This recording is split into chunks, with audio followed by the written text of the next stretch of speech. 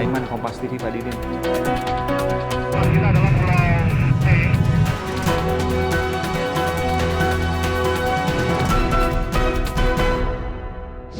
Kami tidak punya potongan diktator atau otoriter. Kami tidak punya rekam jejak melanggar HAM. Ada hal-hal positif yang harus diapresiasi dari pasangan lawan debat malam ini? Cukup. Tidak akan dimanfaatkan, silakan paslon 01. Pak, Cukup? boleh jawab? Tidak boleh. Sebentar. Apakah waktunya sudah selesai untuk bertanya, untuk memberikan tanggapan? Sebentar. Sebentar. Saudara, debat dan segala isinya tidak hanya bergaung di media arus utama, tapi juga di media-media sosial. Saya mencatat sejumlah informasi yang kemudian didapatkan dari media sosial dan kemudian menunjukkan suara-suara masyarakat terkait preferensi pilihan pasca debat pada hari Kamis 17 Januari lalu. Saya akan tampilkan saudara informasi terkait dengan gaung debat di media sosial berikut ini.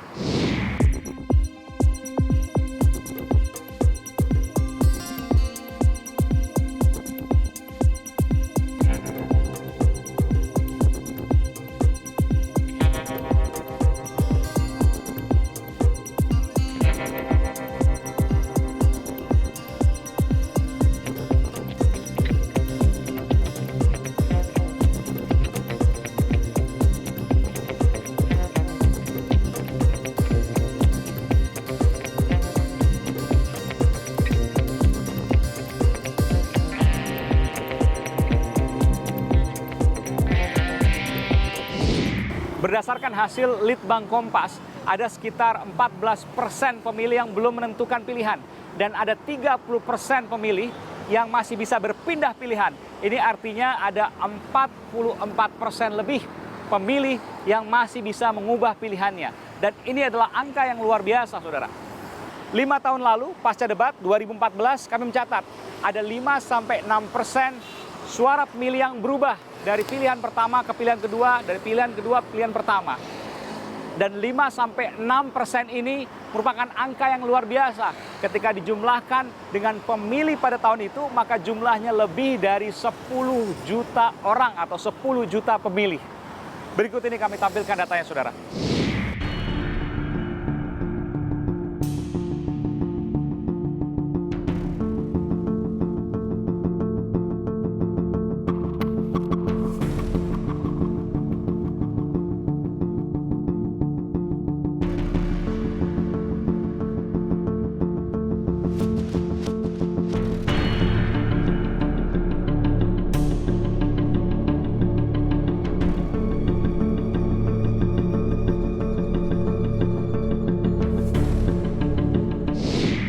Meskipun debat menjadi tumpuan, tapi bukan berarti debat adalah hal yang sempurna.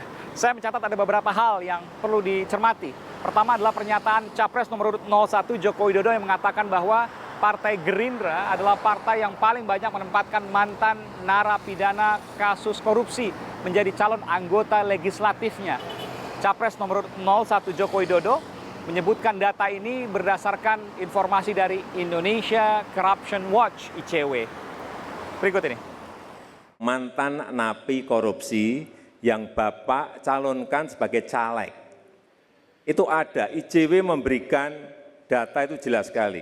Ada 6 yang Bapak calonkan. Dan yang tanda tangan dalam pencalekan itu adalah ketua umumnya dan sekjen. Artinya Bapak tanda tangan.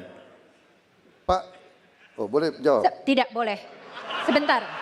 Apakah waktunya sudah selesai untuk bertanya, untuk memberikan tanggapan? Sebentar. Sebentar. Kita tahan. Kita boleh tepuk tangan dulu waktunya, Chris. Namun saudara, pernyataan ini dibantah kader Partai Gerindra. Berikut adalah bantahannya. Sudah buktikan dari 575 caleg DPR tidak ada yang napi koruptor. Ya. Begitu juga di seluruh Indonesia, kita sudah menandatangani fakta integritas yang diminta oleh KPU dan diminta oleh Bawaslu, dan sudah kita himbau, kita minta seluruh jajaran. terkait beberapa nama juga sudah kita ganti. Alhamdulillah dalam prosesnya sudah kita rubah dan terakhir di DCS juga semuanya sudah kita minta daerah-daerah untuk mengganti. Kecuali satu nama yaitu Muhammad Taufik, caleg DPRD DKI Jakarta. Tak kurang, Capres nomor urut 02 Prabowo Subianto juga memunculkan pernyataan yang patut dicermati ketika menyebutkan Jawa Tengah, di mana pada waktu itu konteksnya adalah gubernur yang bergaji hanya 8 juta rupiah. Dan disebutkan pada waktu itu adalah Jawa Tengah besarnya sama dengan Malaysia, yang pada kenyataannya setelah dicek melalui data, maka Jawa Tengah 10 kali lipat dibandingkan dengan Malaysia. Artinya Malaysia lebih luas 10 kali lipat dibandingkan Jawa Tengah. Lalu bagaimana dengan gaji 8 juta rupiah bagi seorang gubernur? Kami mencatat, data sesungguhnya adalah gaji seorang gubernur 3 juta rupiah ditambah dengan tunjangan jabatan sebesar 5 juta rupiah. Tapi ada uang operasional yang lain yang bisa digunakan untuk kebutuhan sang gubernur.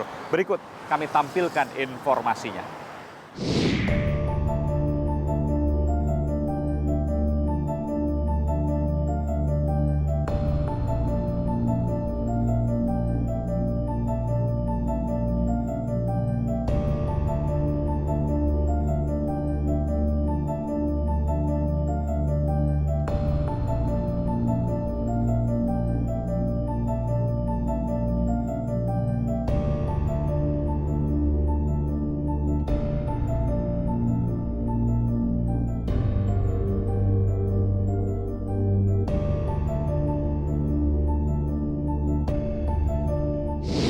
Saya kembali ke tahun 2014, saudara.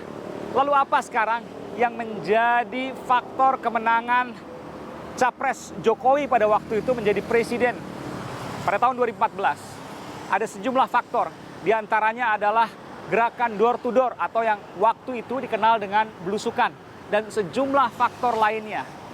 Kami mengumpulkan informasi apa saja yang menjadi faktor kemenangan Capres Jokowi pada tahun 2014 berikut ini.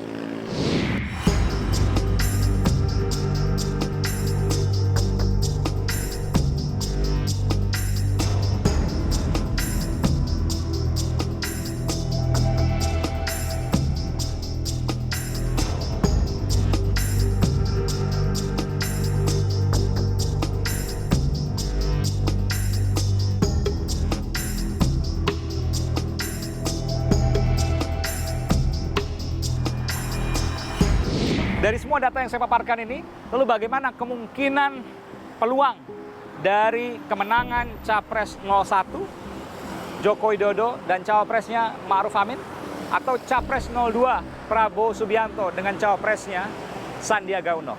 Saya akan coba mencari tahu, ikuti saya saudara dalam sesi berikut ini. Halo, saya Aiman Wicaksono. Ikuti terus video-video Aiman di channel YouTube Kompas TV. Tapi jangan lupa langganan dong, gratis kok. Klik subscribe dan tombol notifikasi supaya nanti kalau ada video baru bisa dikasih tahu. Gratis.